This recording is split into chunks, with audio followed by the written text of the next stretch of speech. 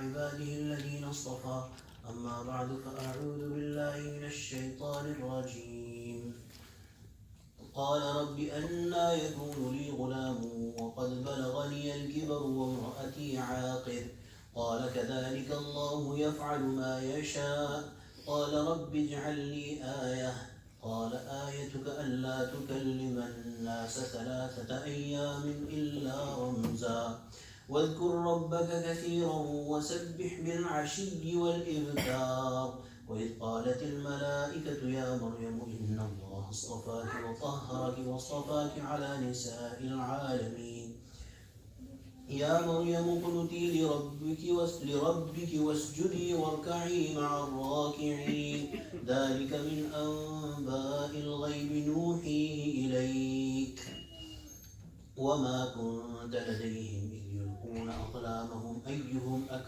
يكفل مريم وما كنت لديهم إذ يختصمون صدق الله العظيم وبلغنا رسوله النبي الكريم ونحن على ذلك من الشاهدين والشاكرين والحمد لله رب العالمين. Surah Al-Imran. Last time we did up till ayah 38. Today inshallah we'll start with ayah 39. فَنَادَتْهُ الْمَلَائِكَةُ وهو قائم يصلي في المحراب أن الله يبشرك بيحيى مصدقا بكلمة من الله وسيدا وحصورا ونبيا من الصالحين. So last week we had read that Sayyidina Zakaria alayhi salam had prayed to Allah subhanahu wa ta'ala to grant him a successor, some offspring that will become a successor for him, and a successor, dhurriyatan tayyiba, a good pious successor. فنادته الملائكة وهو قائم يصلي في المحراب. So then when he stood praying in the place of worship, so Zakaria, he was praying in the place of worship, and again mihrab may refer to the Bayt al-Maqdis itself or the house that he had adjacent to the masjid.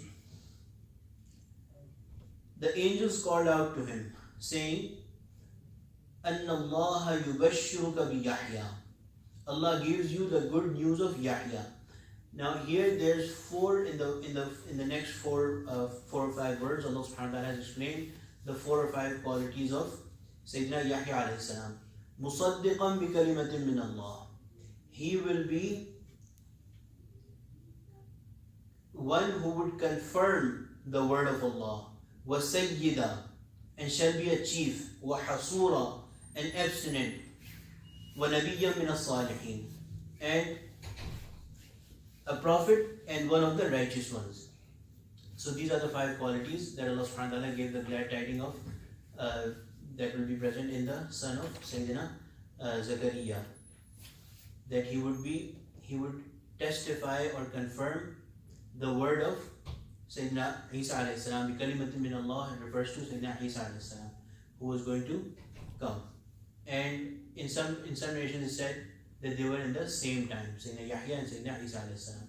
But Sayyidina Yahya alayhi salam was older to Sayyidina Isa alayhi salam. So they confirmed each other. Yahya musaddiqan bi kalimatin min Allah.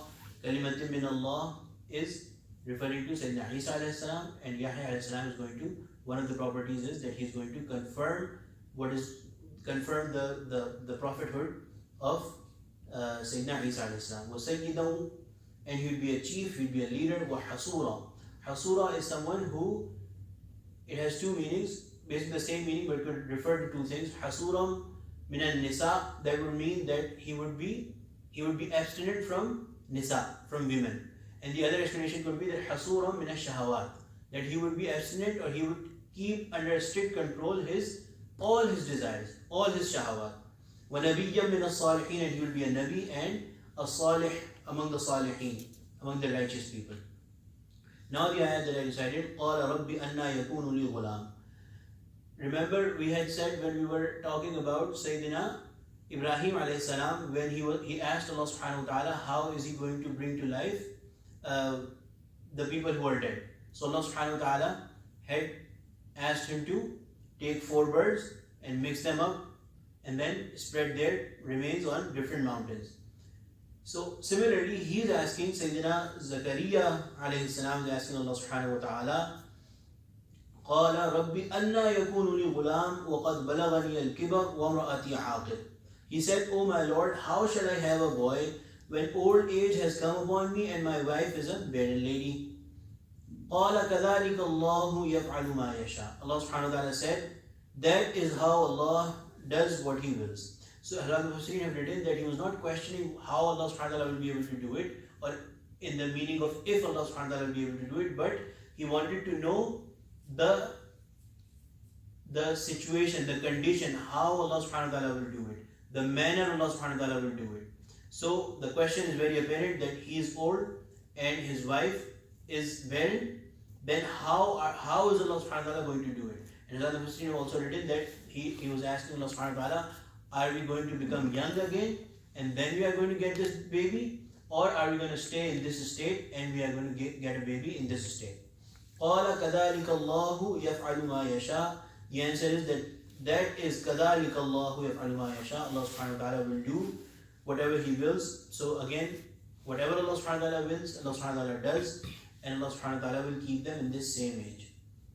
قال رب اجعل لي آية. Said he said, "O my Lord, Rabbi اجعل لي آية, set for me a sign." قال آيتك ألا تكلم الناس 3 أيام إلا رمزا. Allah subhanahu wa ta'ala said, your sign is that you shall not be able to speak to people for 3 days except through gestures. Illa ramza. Rams is gesture. You will not be able to speak to people except through gestures. So Hazrat al-Fasiri and Hazrat Hakim al-Ummat Maulana Thami rahimahullah has clarified this here that why was Sayyidina Zakaria alayhi salam asking Allah subhanahu wa ta'ala for a sign? Not because he was in a hurry or he was impatient, but the real reason why he was asking Allah subhanahu wa ta'ala for the signs of this birth about to come was that he wanted to become thankful to Allah subhanahu wa ta'ala as soon as possible. As soon as he got the glad news, he wanted to start being thankful to Allah subhanahu wa ta'ala. And the response is, قَالَ آيَتُكَ أَلَّا تُكَلِّمُ النَّاسَ 3 أَيَّامٍ. As Hakim al-Ummat rahimahullah has written that this sign that they will not be able to speak served 2 purposes. One was that their intent was to become thankful and dedicate themselves to the ibadat of Allah subhanahu wa ta'ala. Allah subhanahu wa ta'ala barred them, prohibited or took the capacity away from them to communicate with anyone else but Allah subhanahu wa ta'ala. So they were not able to talk to anyone else, and they dedicated all their time to the ibadat, the being thankful to Allah subhanahu wa ta'ala. And this also served as a sign for them that they are going to have a baby. وَاذْكُرْ رَبَّكَ كَثِيرًا وَسَبِّحْ بِالْعَشِيِّ وَالْإِبْكَارِ. Remember your Lord much and proclaim His purity in the evening, in the morning. So this was the command for them by Allah from Allah subhanahu wa ta'ala. وَإِذْ قَالَتِ الْمَلَائِكَةُ يَا مَرْيَمُ إِنَّ اللَّهَ اصْطَفَاكِ وَطَهَّرَكِ وَاصْطَفَاكِ عَلَى نِسَاءِ الْعَالَمِينَ. And when the angels said, Ya Maryamu, O Maryam, Inna Allah astafaki wa tahharaki wa astafaki ala nisa'il alameen. Allah has chosen you, wa tahharaki, and purified you, wa astafaki ala nisa'il alameen, and chosen you over the women of all the worlds. So clarification should be borne in mind that Allah subhanahu wa ta'ala is saying, referring this Maryam alayhi salam, وَاصْطَفَاكِ عَلَى نِسَاءِ الْعَالَمِينَ. Allah subhanahu wa ta'ala has chosen you or given you a higher status among all the women of the world. But this related to the women of that time. This does not contradict the hadith where the Prophet ﷺ has called Sayyidah Fatima radiallahu anha Sayyidatu Nisa'i Ahl Jannah. She would be the leader, the chief of all the women of Jannah. So this, referring to Sayyidah Maryam, this is about the women of those times. That time that she was chosen, she was purified, and she was chosen over all the women of that time. Ya Maryam uqnuti li rabbik wasjudi warka'i ma'ar raki'in. O Maryam, stand in devotion to your Lord and prostrate yourself and bow down in ruku with those who bow. ذلك من أنباء الغيب نوحيه إليك وما كنت لديهم إذ يلقون أقلامهم أيهم يكفل مريم وما كنت لديهم إذ يختصمون. The last ayah for today, ayah 44. Allah subhanahu wa ta'ala is addressing the Prophet sallallahu alayhi wa sallam. ذلك, this is min amba il ghaib. Amba is the plural of naba, which is news. So amba il ghaib, this is from among the news of the unseen that we give to you. We have our aqidah is that the Prophet ﷺ did not have ilm al-ghaib, he had amba al-ghaib. News of ghaib, news of the unseen were given to the Prophet ﷺ. He did not have the absolute independent ilm of ghaib. Never ever Allah subhanahu wa ta'ala has said ذَلِكَ min ulum al-ghaib or min ilm al-ghaib. No, Allah subhanahu wa ta'ala said min amba al-ghaib. News of the unseen. Nuhihi ilayk. And how are you getting this? We are revealing this to you. Nuhihi ilayk. You're not getting it by yourself. We are revealing it to you. وَمَا كُنْتَ لَدَيْهِمْ. Allahu Akbar. You were not with them. إِذْ يُلْقُونَ أَقْلَامَهُمْ أَيُّهُمْ يَكْفُلُ مَرْيَمْ. When they were casting their pens to decide who from among them يَكْفُلُ Maryam should be the guardian of Maryam. So the story is that we have read that they had sort of an argument, disagreement between them. Who's going to be the guardian of Maryam alayhi salam, and the way they decided was that they cast a lot.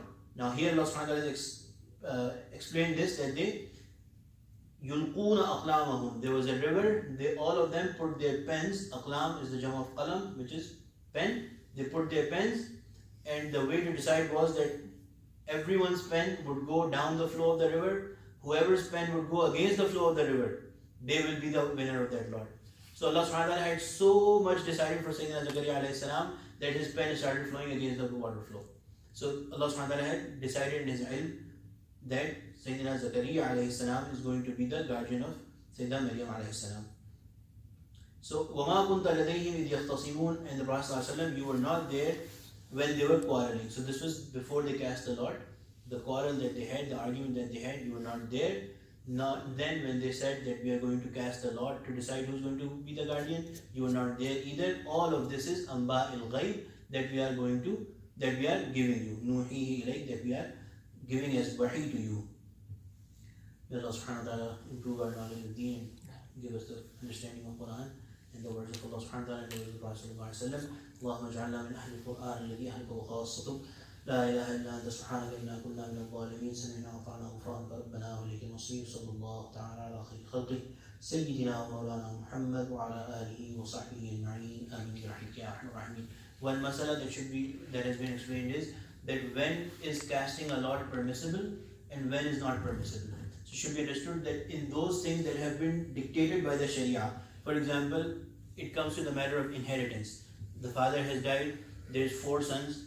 Now if somebody is trying to cast a lot, saying that we are going to cast a lot and whoever is the winner of that lot, they are going to get all of that inheritance, such kind of a lot, such kind of casting a lot is haram, is not permissible. However, when Sharia has given an equal opportunity and you're just going to decide who's going to get what. For example, a father dies, there's 2 sons, he has one house which has 2 rooms or 2 parts, and one son is going to inherit one part, the other son is going to inherit the other part. So now who should get the part to the east, who should get the part which is to the west? To decide that which is permissible by Sharia, then they can cast a lot that whoever wins the lot, they are going to get the eastern part or the western part. Again, if one of the parts of that house is superior to the other part, then again this lot will become haram or impermissible. So it is when there is perfectly jais, permissible matters of Sharia, and you just gotta decide by way of there is no superiority or inferiority, then lot can be cast.